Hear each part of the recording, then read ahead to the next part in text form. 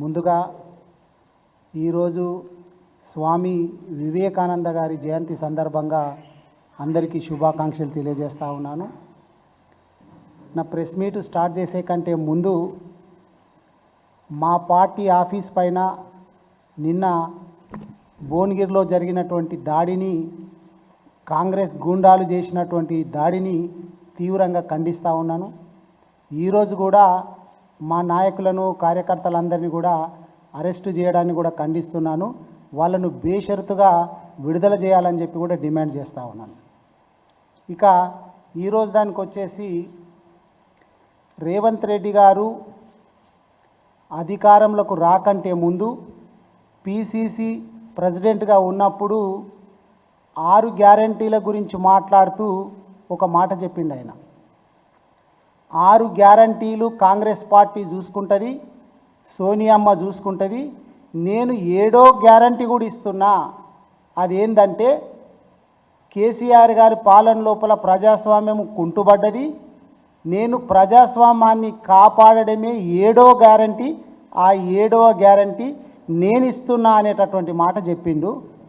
ఆ 7వ గ్యారంటీ అంటే ప్రజాస్వామ్యాన్ని పరిరక్షించడము ఎంత బాగా జరుగుతుంది తెలంగాణ రాష్ట్రంలో కావచ్చు, ముఖ్యంగా వికారాబాద్ జిల్లా కొడంగల్ లోపల ఏ విధంగా ఉంది అనడానికి మనం మొన్ననే ఒక వీడియో చూసినాం, వాళ్ళ అన్న తిరుపతి రెడ్డి గారికి సంబంధించింది. దానికంటే ముందు ఏం జరిగింది అనేటటువంటిది మీకు ఒక కొన్ని సెకండ్లకు సంబంధించినటువంటి వీడియో చూసి దానికి సంబంధించింది మీకు చెప్తాను. దయచేసి మిత్రులు ఒక్కసారి వీడియో.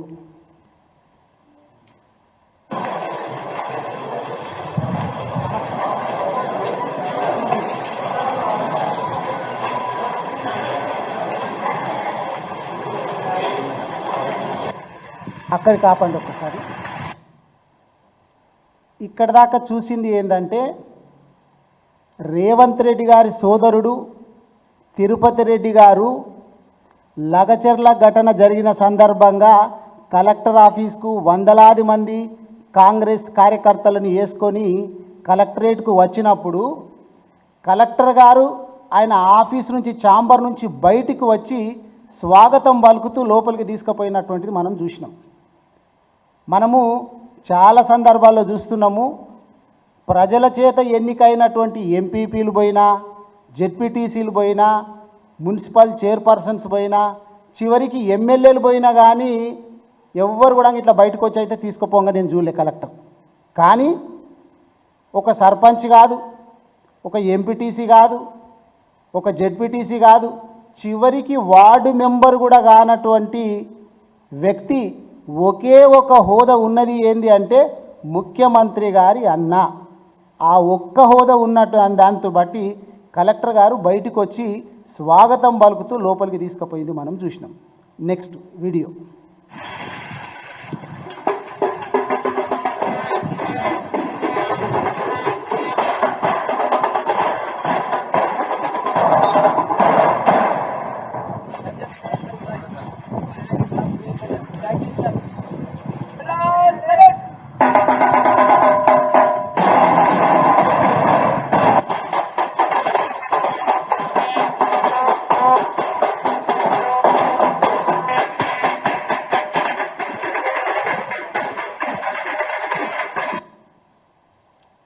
ఆ వీడియో మొన్న చాలా చోట్ల వైరల్ అయింది, మనం అందరం కూడా చూసినాం. దాంట్లో ముఖ్యమంత్రి గారి అన్న తిరుపతి రెడ్డి గారు ఉన్నారు, పోలీసు వాళ్ళు ఉన్నారు, కలెక్టరు, ఇతర అధికారులు ఉన్నారు, స్టూడెంట్స్ కూడా ఉన్నారు అక్కడ. అయితే మనం అక్కడ గమనించాల్సినటువంటి విషయం ఏంటంటే స్టూడెంట్స్, విద్యార్థులు ఎండలో నిలబడి ఉన్నారు, కనీసం వాళ్ళకి చాలామందికి చెప్పులు, షూ కూడా లేవు, అవి కూడా తీసేపించారు. ఈయన వివిఐపి వస్తున్నారని చెప్పి, ముఖ్యమంత్రి గారి సోదరుడు వస్తున్నారని చెప్పి గంట ముందు నుంచి విద్యార్థులను ఎండ లోపల నిలబెట్టి మార్చ్ ఫాస్ట్ చేపించుకుంటూ అంత ఘోరంగా అవమానించినటువంటి, ప్రజాస్వామ్యాన్ని కూని చేస్తున్నటువంటి చరిత్ర మనం చూస్తూ ఉన్నాం. స్టూడెంట్స్కి ఏమి మనం సందేశం ఇవ్వదలుచుకున్నాము, సొసైటీకి ఏమి సందేశం ఇవ్వదలుచుకున్నాము?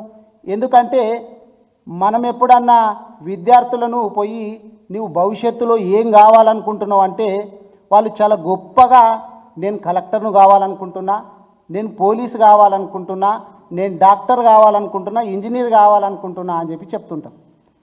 మరి ఇప్పుడు అటువంటి యాంబిషన్ ఉన్నటువంటి విద్యార్థులను కలెక్టర్ సమక్షం లోపలనే ఈ విధంగా జరుగుతూ ఉంటే రేపో మాపో ఎప్పుడన్నా కలెక్టర్ మీద మీరు ఒక వ్యాసం రాయండిరా బాబు, ఒక ఎస్సే రాయండి అంటే ఏం రాస్తారు వాళ్ళు? కలెక్టర్ కావాలంటే మనం ఐఏఎస్ పాస్ కావాలా, పాస్ అయిన తర్వాత మనం కలెక్టర్ అయితే మనకు ఓ గన్మెన్ ఉంటాడు, ఓ బంట్రోతు ఉంటారు, ముఖ్యమంత్రి గారికి కాదు ఆయన కుటుంబ సభ్యులు వచ్చినా కానీ మనం సెల్యూట్ కొట్టాలా, వాళ్ళకు బొకేలు ఇవ్వాలా. కలెక్టర్ అయినాం కాబట్టి మనం షూ వేసుకోవచ్చు, కానీ విద్యార్థులను ఎండలో నిలబెట్టి షూ లేకుండా నిలబెట్టి మార్చి ఫాస్ట్ చేయించవచ్చు. ఇది నేర్చుకుంటాం. లేకపోతే ముఖ్యమంత్రి గారే కాదు ఆయన కుటుంబ సభ్యులకి ఇట్లా కలెక్టర్ ఆఫీస్కి ఎప్పుడైనా వస్తే ఛాంబర్ బయటికి పరిగెత్తుకుంటూ వచ్చి స్వాగతం పలుకు లోపలికి తీసుకొని పోవాలా. ఇది నేర్చుకునేటటువంటి పరిస్థితి ఉంది. సమాజానికి మనము ఏం చెప్పదలుచుకున్నాం అసలు? నిజంగా మరి కలెక్టర్ గారు, వికారాబాద్ కలెక్టర్ గారు చాలా మంచి మనిషి అని విన్నా అంతకుముందు. కానీ అటువంటి వ్యక్తి మరి ఈ విధంగా, ఎందుకంటే అఖిల భారత సర్వీసులో ఉన్నటువంటి వాళ్ళు చాలా గౌరవప్రదంగా ఉంటూ మిగిలిన వాళ్లకు రోల్ మోడల్గా ఉండాలి. ముఖ్యంగా మన భారతదేశం లోపల సివిల్ సర్వెంట్స్ అంటే ఆ హోదా రావాలంటే ఎంతో ఆశగా చూస్తున్నటువంటి లక్షలాది మంది విద్యార్థులు ఉంటారు. మరి మనం ఏం సందేశం ఇస్తున్నట్టు? గవర్నమెంట్లు అనేటటువంటి 5 సంవత్సరాలు ఉంటాయి, మళ్ళీ మారుతుంటాయి. కానీ మీకు 60 సంవత్సరాలు వచ్చేదాకా కూడా మీకు అదే హోదా ఉంటుంది. కాబట్టి కలెక్టర్ గారు కూడా ఆలోచన చేయాలి. ప్రోటోకాల్ను చూసేటటువంటి వ్యక్తి జిల్లాకు మెజిస్ట్రేట్. మీరు ఒక మెజిస్ట్రేట్ అయ్యుండి ఇటువంటి సందేశము సమాజానికి, సొసైటీకి ఇస్తే ఏమి మనము సమాజంకు చెప్తున్నట్లు అవుతుందో మీద ఆలోచన చేయాలి. దాంతోపాటు నేను కొన్ని ఫోటోలు చూపిస్తాను మీకు. ఇగో ఇక్కడ ఉన్నటువంటి ఫోటోలలో కలెక్టర్ గారు మాట్లాడుతున్నారు, పక్కన తిరుపతి రెడ్డి గారు ఉన్నారు. ఇగో ఇక్కడ కలెక్టర్ గారు ఉన్నారు, పక్కన తిరుపతి రెడ్డి గారు చెక్ ఇస్తున్నారు. ఇగో ఇక్కడ తిరుపతి రెడ్డి గారు పూజ చేస్తూ ఉన్నారు. ఇగో ఇక్కడ చూడండి తిరుపతి రెడ్డి గారు చేప పిల్లలను వదులుతూ ఉన్నాడు.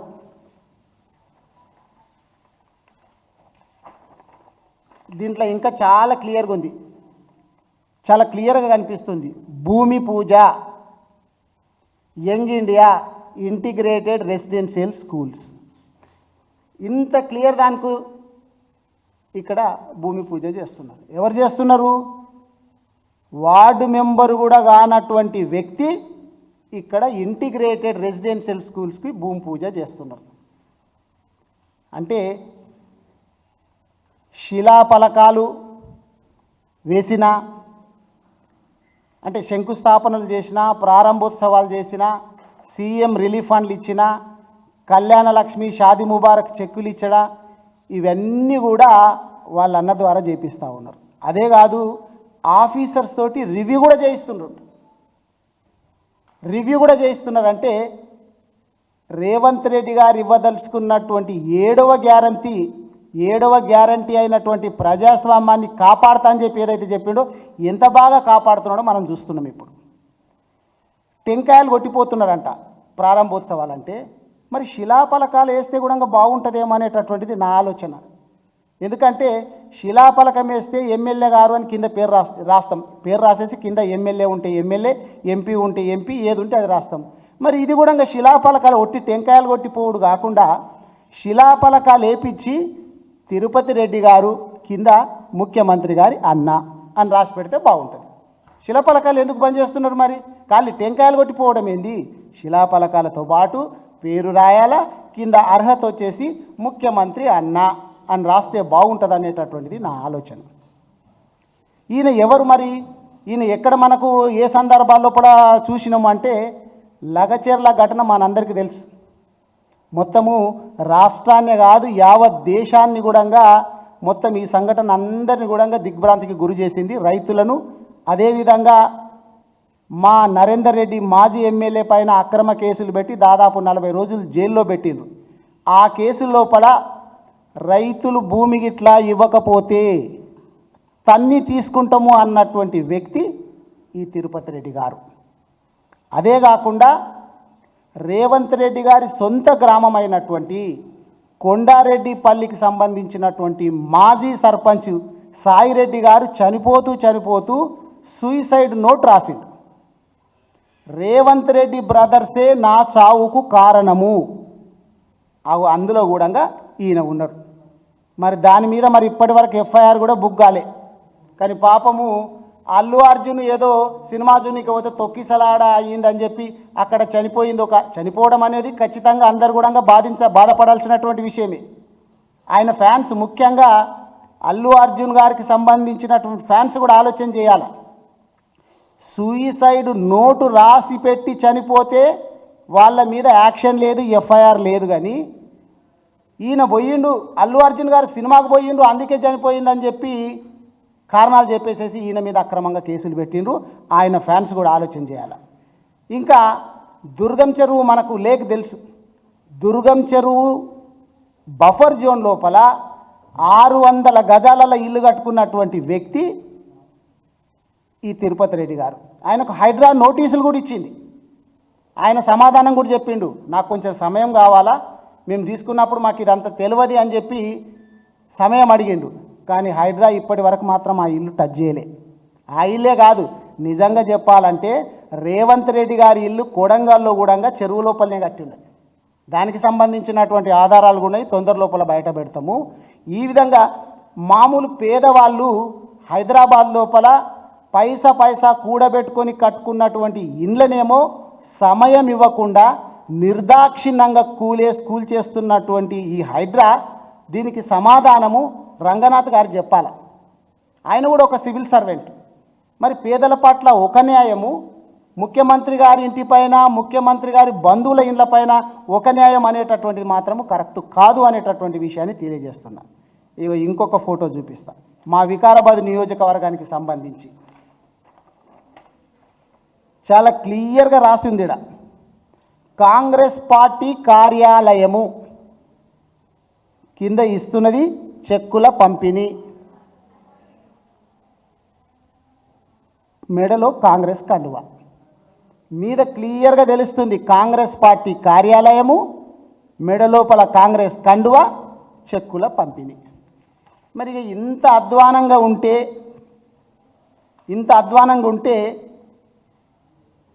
ప్రజాస్వామ్యం ఎటుపోతున్నది అనేటటువంటిది మనం ఆలోచన చేయాలి. ముఖ్యమంత్రి గారు ఇస్తున్నటువంటి 7వ గ్యారంటీ ఏ విధంగా అమలు అవుతున్నది అనేటటువంటిది ప్రజలందరూ కూడా ఆలోచన చేయాలని చెప్పి నేను కోరుకుంటున్నా.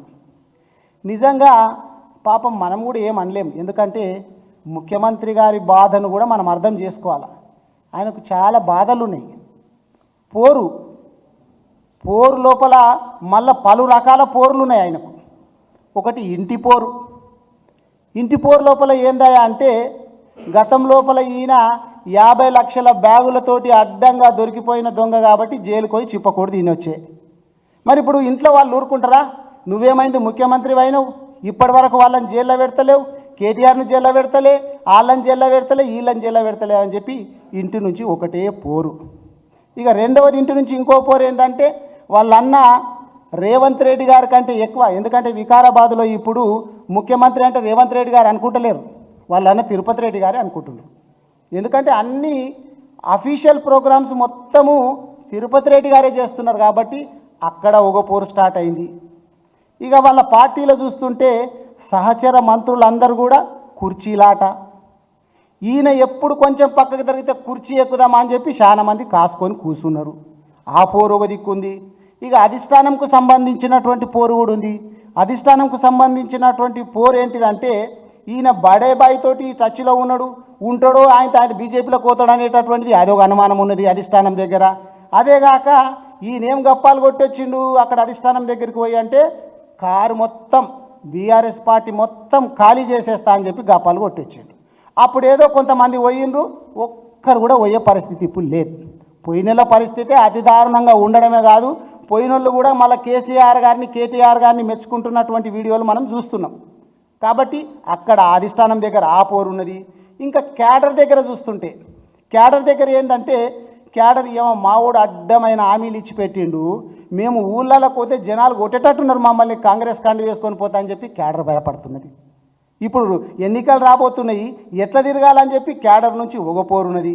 ఇక జనాలు లేకపోతే విఐపీలు సెలబ్రిటీలు ఈయన మస్తు కష్టపడుతున్నాడు పాపం. ఏంది అంటే నా పేరు జనాలు గుర్తుపెట్టుకోవాలని చెప్పి మస్తు కష్టపడుకుంటా ప్రజాధనాన్ని వృధా చేసుకుంటూ పెద్ద పెద్ద యాడ్లు ఇస్తున్నాడు. మనం టీవీలలో చూస్తున్నాం, న్యూస్ పేపర్లలో చూస్తున్నాం. ఎంత పెద్ద యాడ్లు ఇచ్చినా కానీ సెలబ్రిటీలు కావచ్చు, మామూలు యాంకర్లు వీళ్ళందరూ కూడా ఈయన పేరు మర్చిపోతున్నారు. జనాల నుంచి ఈ పోరు ఒకటి పడ్డది. ఏం చేయాలో ఈయనకు అర్థమవుతలేదు. ఉద్యోగుల నుంచి మనం ధర్నాలు చూస్తున్నాం. ఈ డిపార్ట్మెంటు ఆ డిపార్ట్మెంట్ అని కాదు, అన్ని డిపార్ట్మెంట్లు, ఓ దిక్కు ఆశా వర్కర్లు, ఓ దిక్కు సమగ్ర శిక్ష వాళ్ళకు సంబంధించింది, చివరికి ఈయనకు ప్రొటెక్షన్ ఇచ్చేటటువంటి పోలీస్ డిపార్ట్మెంటు హోంగార్డులు కూడా సమ్మె చేసింది. ఉద్యోగుల నుంచి ఒగపోరున్నది. విద్యార్థులు రోడ్డు మీదకి వచ్చి ధర్నాలు చేసి విద్యార్థుల నుంచి ఒగపోరున్నది. ఈయనకు చాలా ఇటువంటివి ఉన్నాయి. అప్పుడేం చేసిండు, ఎలక్షన్స్ ఉన్నాయి కదా ఎంపీ ఎలక్షన్లు అని చెప్పి దేవుళ్ళ మీద మొత్తం ఒట్లు తినుకుంటూ వచ్చిండు. ఆడగూడంగా మొత్తం ఏం ఒట్లు కొన్నాడు. అప్పుడు భూకంపం వచ్చినా, అక్కడి సూర్యుడు ఇక్కడ మొలిసినా నేను రుణమాఫీ చేసి తీరుతా అన్నాడు. చేయలేడు. దేవుళ్ళ నుంచి శాపాలు కూడా స్టార్ట్ అయిపోయినాయి. ఇక చివరికి ఏదో కేసులు ఇరికేయాలని చెప్పి అడ్డమైన కేసుల గురించి ప్రయత్నం చేస్తుంటే మొన్న కూడా మనం ఫార్ములా ఈకి సంబంధించినటువంటి కేసు పెట్టాలని చెప్పి కేటీఆర్ గారి మీద చాలా ప్రయత్నం చేసిండ్రు. లాస్ట్కి వస్తే వాళ్ళు ఏం చేసిండ్రు, ఈ కేసులో మేమేం చేయలేకపోతున్నాము, కరెక్ట్గా సాక్ష్యాధారాలు ఏం లేవు అని చెప్పి ఏసీబీ లోపలింట్లో పోయి చేతులు ఎత్తేసినట్టు చెప్పేసిందట. మరి ఈయనకి ఇన్ని పోరులు, ఇన్ని బాధలుంటే ఆయన ఫ్రస్ట్రేషన్ కూడా మనం అర్థం చేసుకోవాలి కదా. ఆ బాధ లోపల కేటీఆర్ గారిని ఏ విధంగానన్నా అరెస్ట్ చేయాలనేటటువంటి ఉద్దేశంతో మనం గత సంవత్సరం నుంచి చూస్తున్నాం. కొద్ది రోజులు ఫోన్ ట్యాపింగ్ చేసిండ్రు. ఆ వ్యవహారంలో కేటీఆర్ గారు ఉన్నారు, ఆయనను అరెస్ట్ చేయాలని చెప్పి ప్రయత్నం చేసే అది పక్క కాయే. తర్వాత అంతకుముందు ఒక మున్సిపల్ ఉద్యోగి బాలకృష్ణ అనే ఉద్యోగికి సంబంధించి ఆయన ఏదో అరెస్ట్ అయితే దానికి సంబంధించింది ఆయన ద్వారా కూడా ఏమన్నా కేటీఆర్ గారిని లాగవచ్చా అని చెప్పి ప్రయత్నం చేసే, అది రెండవ ప్రయత్నము. ఇక మూడవ ప్రయత్నం వచ్చేసి జన్వాడ ఫామ్ హౌస్. ఇక ఫామ్ హౌస్ ఇట్లుంది అట్లుంది, దాన్ని కూల్ చేస్తాము, ఇది చేస్తామని చెప్పి దాంట్లో కేటీఆర్ గారిని లాగడానికి అదొకటి ప్రయత్నం చేసే. నాలుగవదేమో అదే ఫామ్ హౌస్ లోపల కేటీఆర్ గారికి సంబంధించిన కుటుంబీకులు, చిన్నపిల్లలు, పెద్ద మనుషులు అందరు కలిసి దీపావళికి సంబంధించినటువంటి దావత్ చేసుకుంటుంటే కూడా రేవ్ పార్టీ అని, అక్కడ డ్రగ్స్ ఉన్నాయని చెప్పి ఆదాడికి కేటీఆర్ గారు వస్తాడు ఎట్లాగైనా అని చెప్పి అక్కడ ఆశ చూసే, అక్కడ కూడా కుదరకపాయే.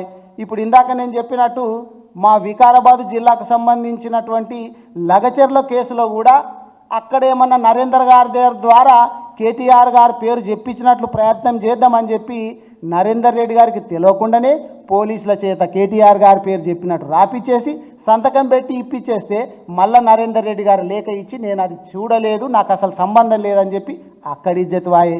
ఇక లాస్ట్కి వచ్చేసి ఫార్ములా ఈ గురించి మనం చూస్తాం. ఇట్లా సంవత్సర కాలంలో 6 సార్లు ప్రయత్నం చేసి విఫలమైకుంటూ వచ్చిండు. ఆయన ఇచ్చినటువంటి 6 గ్యారంటీలు ఎక్కడ పక్కకు పోయినాయో దేవుడెరుగు. 6 సార్లు ప్రయత్నించి విఫలమైనటువంటి వ్యక్తి మాత్రము రేవంత్ రెడ్డి గారు. ఇక ఆయన ఇందిరమ్మ కమిటీలు వేసిండు, మనకు అందరికీ తెలుసు. గ్రామాలల్లో కావచ్చు, మున్సిపాలిటీలలో కావచ్చు, ఇందిరమ్మల కమిటీల్లో సర్పంచ్లో ఉన్నటువంటి వ్యక్తులకు కానీ లేకపోతే కౌన్సిలర్లకు చాలామందికి అసలు తెలియదంట కమిటీలు వేసినట్టు. ప్రజాప్రతినిధులు అంటే ప్రజల చేత ఎన్నుకోబడ్డటువంటి వాళ్ళకేమో ఈ విధమైనటువంటి గౌరవం ఉంది, కానీ ఏ పదవి లేకుండా ఉన్నటువంటి వాళ్ళ అన్నకేమో అటువంటిది ఉంది. ఈ ఇందిరమ్మ కమిటీలు కూడా ఒక బోగస్. ఎందుకంటే తొందర లోపల ఎన్నికలు రాబోతున్నాయి కాబట్టి మళ్ళీ ఇంకొకసారి మోసం చేయొచ్చు ప్రజలను అనే దాంతో రేవంత్ రెడ్డి గారు ప్రయత్నం చేస్తున్నారు. కానీ తెలంగాణ ప్రజలు చాలా ఆలోచన పరులు. మీరు ఇచ్చినటువంటి 6 గ్యారంటీలను భద్రంగా దాచిపెట్టుకున్నారు. ఇప్పుడు ఈ సందర్భంగా నేను ప్రజలందరినీ కూడా కోరేది ఏంటంటే వాటిని బయటికి తీయండి. రాబోయేటటువంటి రోజుల లోపల కాంగ్రెస్ పార్టీ వాళ్ళు ఎవరు వచ్చినా కానీ నిలదీయండి. మీరిచ్చినటువంటి 6 గ్యారంటీలకు సంబంధించినటువంటి ఇది హామీ పత్రము 100 రోజుల లోపల నెరవేరుస్తామని చెప్పి మీరు హామీ ఇచ్చిండ్రు. మేము పెట్టే లోపల దాచిపెట్టినాము, ఇప్పుడు బయటికి తీసినాము. దీని సంగతి ముందు చెప్పిన తర్వాతనే మీరు మళ్ళీ ఓట్లు అడగాలనేటటువంటిది ప్రజలందరూ కూడా కాంగ్రెస్ పార్టీకి సంబంధించినటువంటి వాళ్ళని అడగాలని చెప్పి కోరుతున్నా. ఇందిరమ్మ రాజ్యం అంటే ఎట్లుంటుందో అనుకున్నాం. ఇందిరమ్మ ఇండ్లు దేవుడెరుగు, ఉన్న ఇండ్లను కూలగొట్టుడు ఇందిరమ్మ రాజ్యమా? ఇదేమి ఇందిరమ్మ రాజ్యము? ఉన్న సిటీని అంతా కూలగొట్టుకుంటా ఇంకా ఈయన 4th సిటీ, ఫ్యూచర్ సిటీ ఇవి ఉన్నదాన్ని ముందు చక్కగా చూసుకోవాలి కదా. ఉన్న సిటీని కాపాడుకుంటూ నువ్వు కొత్తవి చేస్తే ఎవరైనా హర్షిస్తారు, కానీ ఉన్న ఇండ్లనంతా కూల్చుకుంటా హైడ్రా పేరు మీద, మూసీ పేరు మీద కూల్చుకుంటూ ఇంకా నేను 4th సిటీ కడతా, లేకపోతే ఫ్యూచర్ సిటీ కడతా. ఉన్న ప్రజెంట్ సిటీని అయితే బాగా చేయ బాబు. ప్రజెంట్ సిటీ సంగతి దేవుడెరువు, కానీ నువ్వు ఫ్యూచర్ సిటీ గురించి ఎందుకు ఆలోచన చేస్తున్నావు? ఈ విధంగా ఇప్పుడు వికారాబాద్ లోపల ప్రజాస్వామ్యము ఏ విధంగా కూని అవుతున్నదో మనం అందరం కూడా చూసినాము. నిజంగా రేవంత్ రెడ్డి గారు అంత బిజీ ఉండి ఆయనకు శంకుస్థాపనలకు, ప్రారంభోత్సవాలకు, సీఎం రిలీఫ్ ఫండ్లకు ఇటువంటి వాటికి టైం కుదరకపోతే ఇప్పుడు మొత్తము రాష్ట్రానికి సంబంధించినటువంటి స్పీకర్ గారు కూడా వికారాబాద్ జిల్లా నుంచే ఉన్నారు. ఆయనకు అప్పగించండి, ఆయన కూడా చూసుకుంటారు కదా. ఎందుకు ఆయనకి ఇవ్వాలని లేదా? ఆయన మీద నమ్మకం లేదా? లేకపోతే ఆయనకు చేత కాదనా? మరి ఆయనకి ఇవ్వండి పాపం. ఆయన కూడా ప్రజల చేత ఎన్నుకోబడ్డటువంటి వ్యక్తే కదా, ఆయనకి ఇవ్వాలని చెప్పి కోరుతా ఉన్నా. ఇక కుటుంబ పాలన గురించి చెప్తుంటారు. ఇప్పుడు ఇందాక చెప్పుకొచ్చిందంతా కుటుంబ పాలన ఏ విధంగా ఉన్నదో మనం చూసినాం. అంటే కేసీఆర్ గారిది కుటుంబ పాలన, హరీష్ రావు గారు, కేటీఆర్ గారు, కవిత గారు వీళ్ళందరూ కూడా కుటుంబ పాలన అని చెప్తున్నారు. వాళ్ళందరూ కూడా ఉద్యమం లోపల పాల్గొని ప్రజల చేత ఎన్నుకోబడి వచ్చినటువంటి వాళ్ళు. మరి నువ్వు పాల్గొనకపోతే ఏ ఉద్యమంలో? మీ అన్న పాల్గొనకపాయే, మీ అన్న ఏ ప్రజల చేత ఎన్నుకోబడకపాయే, కానీ మొత్తం వ్యవస్థ నడిపిస్తున్నది మరి మీ అన్న. అంటే కుటుంబ పాలన కేసీఆర్ గారి కుటుంబాందా, మీ కుటుంబాందా? మీరు ఆలోచన చేయాలని చెప్పి రేవంత్ రెడ్డి గారిని కోరుతున్నా. ఇక చివరగా నేను చెప్పేది ఏంటంటే రేవంత్ రెడ్డి గారి ప్రయత్నం ఏంది మొత్తం అంటే అలవి కానీ హామీలు ఇచ్చిండ్రు.